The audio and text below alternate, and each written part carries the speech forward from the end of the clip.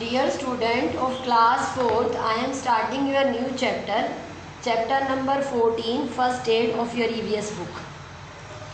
Life is very precious, but accident can happen anytime. A small mistake such as ignoring road signs can lead you to a fatal accident. So one should always be prepared with first aid is to at least help others and yourself till you reach a hospital. Learning first aid can save our life in the hour of need.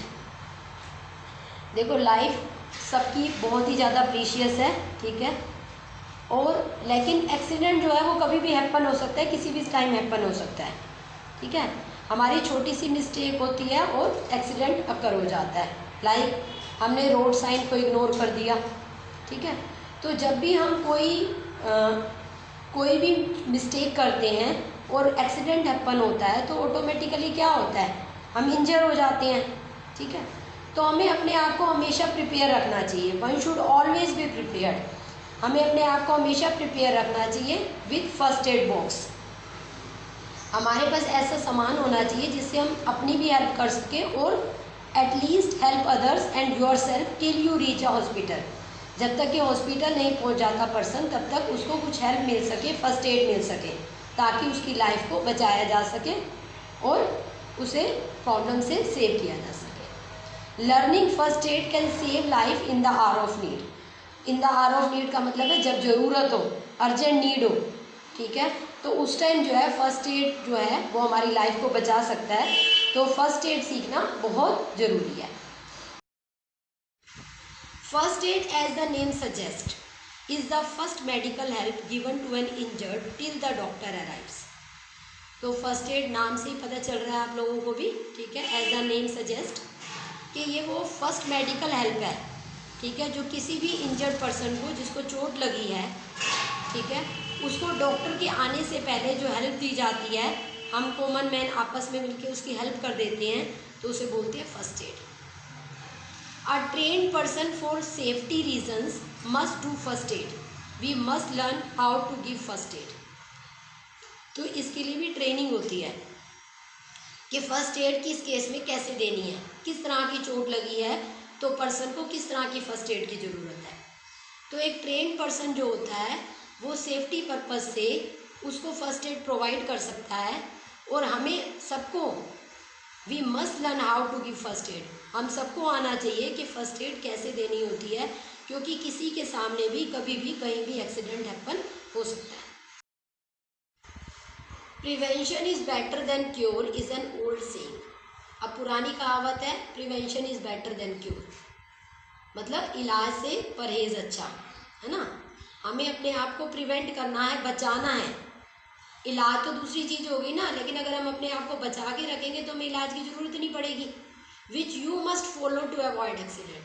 तो इसी चीज़ को हमने accident के case में भी follow करना है। While on road we must follow the traffic rules, always read and follow the road signs, never over speed और जंप रेड लाइट्स।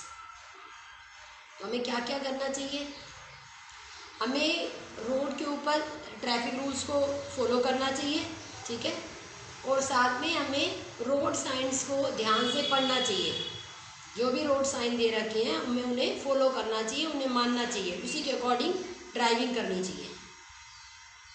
हमें कभी भी ओवर स्पीड नहीं करना चाहिए, मतलब ज़रूरत से ज़्यादा अपने व्हीकल की स्पीड को इंक्रीज नहीं करना चाहिए। और रेड लाइट्स को तो जंप कभी भी नहीं करना चाहिए। रेड लाइट है और हमने रोड क्रॉस कर ली, दैट इज़ रॉन्ग, ठीक है।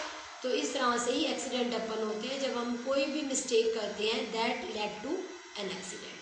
तो अगर हमें एक्सीडेंट से बचना है तो हमें इन सब चीज़ों को फॉलो करना चाहिए। In spite of all the care sometimes accident do happen. First aid help us in dealing with some emergencies. तो कई बार जब हम पूरी केयर करते हैं, पूरा ध्यान रखते हैं, फिर भी एक्सीडेंट हैपन हो जाता है, ठीक है। तो फर्स्ट एड तब हमारी हेल्प करता है कि हमें इमरजेंसी से कैसे डील करना है, हमें इमरजेंसी को कैसे किस तरह से जो है इमरजेंसी के केस में फर्स्ट एड प्रोवाइड करके उस पर्सन की लाइफ को बचा सकते हैं, उसको कैसे डील करना है, इससे हमें फर्स्ट एड में बहुत हेल्प मिलती है। In case of cut, never neglect a cut even if it is small because it can cause infection which could be fatal. The person giving the first aid must wash his hands before giving treatment. अब देखो कई बार छोटा सा cut होता है, हम कहते हैं छोटा सा तो कट है, क्या हो गया, ठीक हो जाएगा, लेकिन ये कई बार इस कट के थ्रू जो है वो इन्फेक्शन जन्म ले लेता है, ठीक है। उसके अंदर जम्स वगैरह जब अटैक कर जाते हैं, जब हमारी ओपनिंग बन जाती है, हमें कट लग गया तो हमारी स्किन में ओपनिंग बन गई, तो उससे क्या होता है, कोई भी जम जो होगा वो हमारी बॉडी के अंदर एंटर करेगा और इन्फेक्शन कॉज करेगा। दैट कुड बी फैटल, जो हमारे लिए बहुत ज़्यादा प्रॉब्लम क्रिएट कर सकता है, ठीक है, हमारे लिए फैटल हो सकता है। हमारी इवन कई बार क्या होता है, छोटी सी प्रॉब्लम भी डेथ कॉज कर देती है। उसका रीज़न क्या होता है, हमारी नेग्लिजियंस, तो हमें नेग्लिजियंस नहीं करनी है। The person giving the first aid must wash his hands before giving treatment. और जो पर्सन भी फर्स्ट एड प्रोवाइड कर रहा है उसे चाहिए कि पहले वो अपने हाथों को अच्छे से धो ले, क्योंकि उसके हाथों में भी तो जर्म्स होंगे ना। जब जो पर्सन फर्स्ट एड प्रोवाइड कर रहा है अगर उसी के हाथों में जर्म्स होंगे तो जिसको चोट लगी है तो चोट में तो क्या होगा, कट पड़ गया, ओपनिंग पड़ गई, तो उसमें वो जर्म एंटर कर सकता है। तो जो फर्स्ट एड प्रोवाइड कर रहा है उसे अपने हैंड अच्छे से धो लेने चाहिए ताकि उसके हाथ के जर्म्स उसकी दूसरे की बॉडी में एंटर ना करे बिफोर गिविंग ट्रीटमेंट देने से पहले।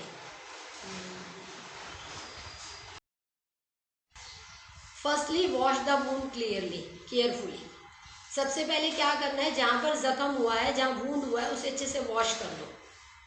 Clean the wound and the affected area with a cotton wool soaked in an antiseptic like Dettol, ठीक है। पानी से धोने के बाद क्या करना है, उसको अफेक्टेड एरिया को, वूंड को कॉटन वूल से साफ करना है, ठीक है। कॉटन वूल को पहले सोक करो एंटीसेप्टिक में लाइक डेटोल में, और फिर उसकी हेल्प से वूंड को साफ करो, ठीक है।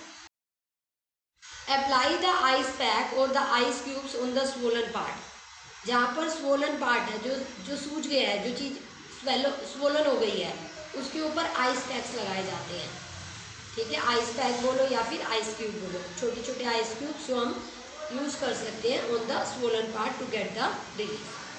Consult doctor for lotions to ease the pain. उसके बाद डॉक्टर को कंसल्ट करो कि आपको कौन सा लोशन अप्लाई करना चाहिए ताकि आपका पेन ख़त्म हो सके, उसमें आराम मिल सके। Now your lecture is over. Prepare it and listen the lecture 2-3 times. If any problem occur, you may write on WhatsApp.